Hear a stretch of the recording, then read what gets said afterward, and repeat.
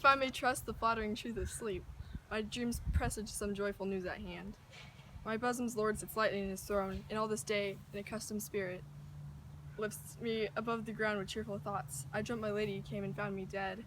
Strange dreams that give a man leave to think, and breathe such life with kisses in thy lips that I revived and was an emperor.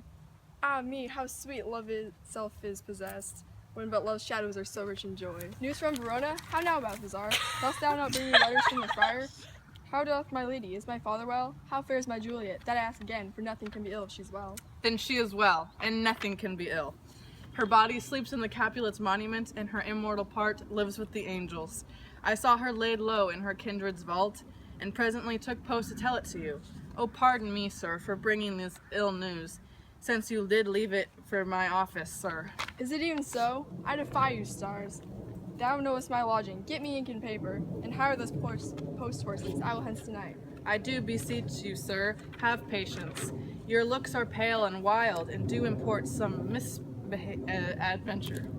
Tush, thou art deceived. Leave me and do the thing I bid thee do. Hast thou no letters to me from the friar? No, my good lord. No matter, get thee gone, and hire these horses. I will be with thee straight. Well, Juliet, I will lie with you tonight. Let's see for means. O mischief, thou art swift to enter in the thoughts of desperate men. I do remember an apothecary. Hereabouts dwells, which late I noted, in tattered weeds with overwhelming brows. Culling of simples, meager were his looks. Sharp misery had worn him to the bones. And in his needy shop a tortoise hung, an alligator stuffed, and other skins of ill-shaped fishes, and about his shelves a beggarly account of empty boxes. Green earthen pots, splatters, and musty seeds.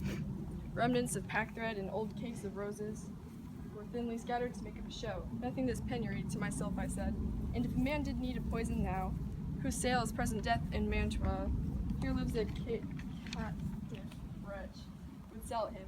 Oh, this thought did but forerun my need, and in this same needy man must sell it me. As I remember, this should be the house. Being holiday, the beggar shop is shut. What ho, apothecary?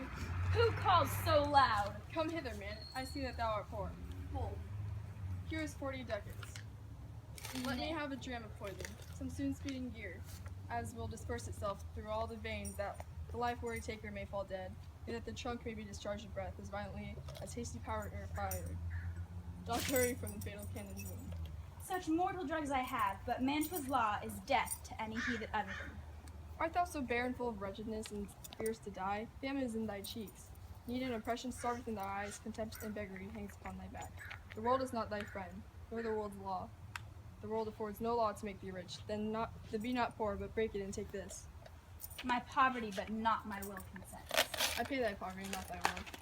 Put this in any liquid thing you will, and drink it off, and if you had the strength of 20 men, it would dispatch you straight. There's thy gold. Worse poison in men's souls, doing more murder in this loathsome world than these poor compounds that thou mayest sell. I sell thee poison, thou hast sold me none. Farewell, buy food and get thyself in flesh. Come, cordial not poison, go with me, to Juliet's grave, for there I must use thee.